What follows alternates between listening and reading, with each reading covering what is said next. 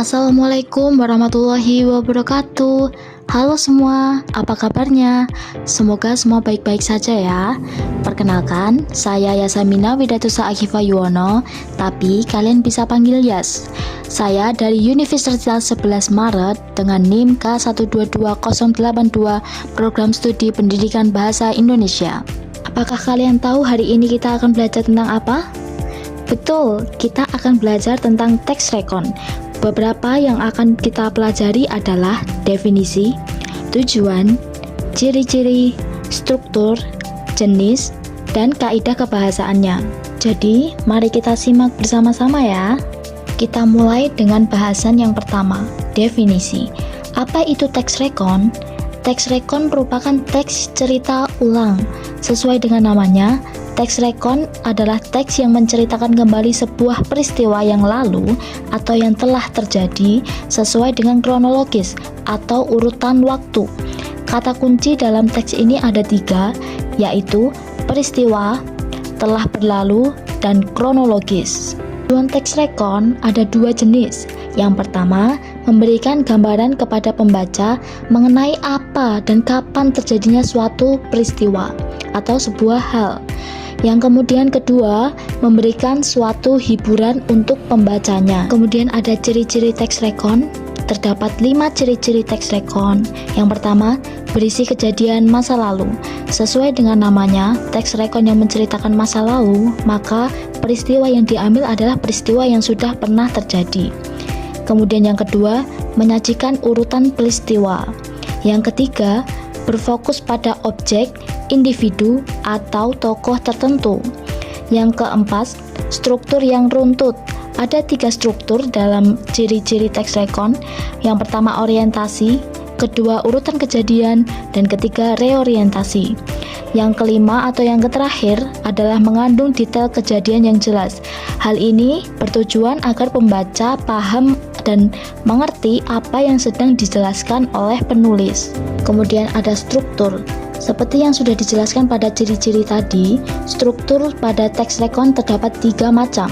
Yang pertama, orientasi, yang kedua, urutan kejadian, dan yang ketiga, reorientasi. Orientasi adalah informasi latar belakang meliputi apa, siapa, di mana, dan kapan. Bagian orientasi berisi pengenalan cerita atau latar belakang cerita. Penulis memberikan informasi awal tentang siapa tokohnya, di mana kejadiannya berlangsung, kapan terjadi, dan bagaimana situasinya. Orientasi diperlukan untuk memberikan sebuah gambaran awal kepada pembaca agar mereka mudah mengikuti alur bacaan yang mereka baca. Kemudian ada penjelas atau urutan peristiwa. Bagian penjelas merupakan tempat informasi diikuti paragraf yang menceritakan kembali sesuai urutan kejadian. Bagian penjelas merupakan bagian yang terpenting dalam teks rekon. Biasanya bagian penjelas berisi lebih panjang karena terdapat detail kejadian dari awal sampai akhir. Kemudian yang terakhir ada reorientasi. Paragraf reorientasi atau penutup bersifat opsional. Opsional di sini berarti bisa ada atau bisa tidak. Paragraf ini diisi dengan penutup cerita. Penulis boleh menempatkan kesimpulan, refleksi, atau bahkan pendapat pribadi dari penulis mengenai peristiwa yang sudah terjadi tersebut. Reorientasi ada untuk membuat teks jauh lebih hidup karena menambahkan sentuhan personal. Sekarang kita akan masuk ke dalam jenis-jenis teks rekon. Teks rekon memiliki 2 macam jenis, yaitu teks rekon faktual dan teks rekon pribadi. Teks rekon faktual berisi laporan saksi mata dan laporan surat kabar, sedangkan teks rekon pribadi berisi surat pribadi dan percakapan sehari-hari. Mari kita mulai dari laporan saksi mata. Laporan saksi mata berisi informasi yang disampaikan oleh orang yang menyaksikan suatu peristiwa secara langsung. Laporan saksi mata termasuk teks rekon karena di dalamnya dapat rekonstruksi peristiwa secara faktual atau benar-benar terjadi. Laporan saksi mata diperlukan untuk mengungkapkan suatu peristiwa yang menyangkut kepentingan kehidupan banyak orang. Kemudian berikut adalah contoh laporan saksi mata yang dapat kalian baca dan lihat. Yang kedua, terdapat laporan surat kabar. Laporan surat kabar berisi informasi faktual yang disajikan dalam bentuk berita. Berita yang dilaporkan dalam surat kabar disampaikan dalam dua bentuk yang berbeda, yaitu berita langsung atau straight news dan reportase atau laporan yang menyeluruh. Berdasarkan bentuknya, reportase berbeda dengan berita langsung. Berita langsung hanya menyajikan pokok-pokok berita, sedang reportase menyajikan pokok-pokok berita secara tuntas, lengkap, dan menyeluruh. Berdasarkan perbedaan tersebut, dapat diketahui apa yang membedakan berita langsung dan reportase. Berita langsung merupakan laporan surat kabar yang berisi pokok-pokok berita yang disingkat dengan 5W plus 1H atau adik Simba. Kemudian, untuk reportase merupakan laporan tentang suatu peristiwa untuk dimuat dan disiarkan di media massa, didengarkan melalui radio, dan ditayangkan di televisi. Pada hakikatnya, reportase adalah laporan menyeluruh yang berisi berita atau bukan berita yang ditambah dengan keterangan, latar belakang, dan simpulan. Kemudian, terdapat wawancara televisi yang dilakukan untuk memperbincangkan suatu peristiwa untuk diketahui oleh masyarakat.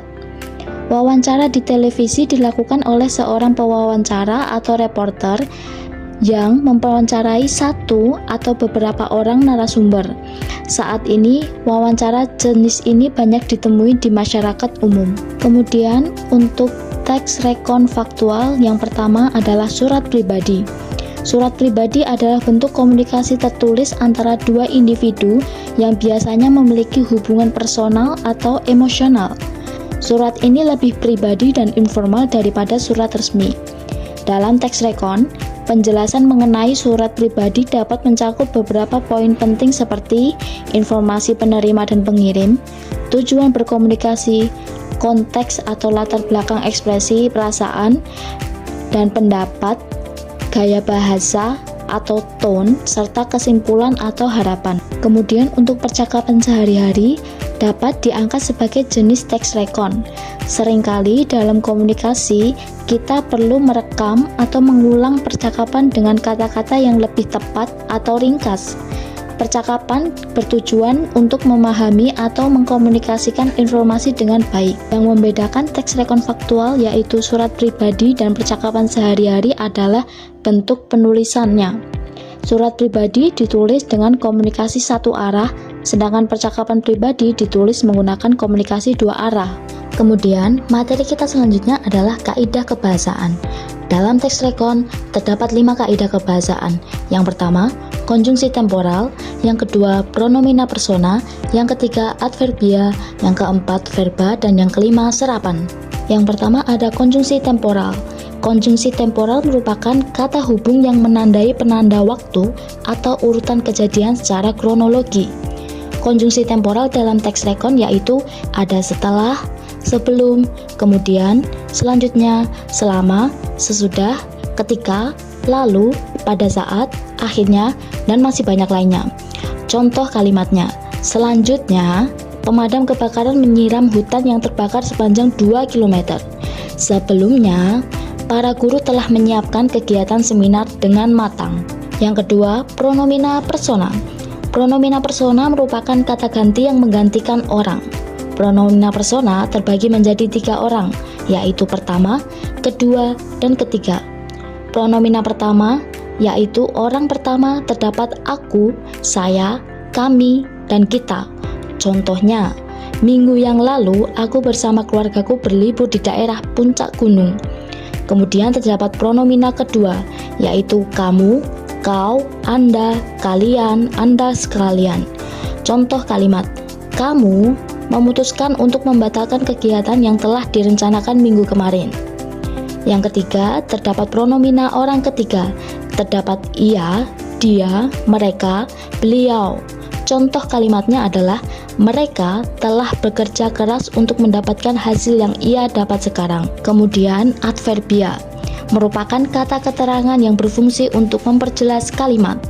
Keterangan tempat itu menunjukkan lokasi terjadinya suatu peristiwa.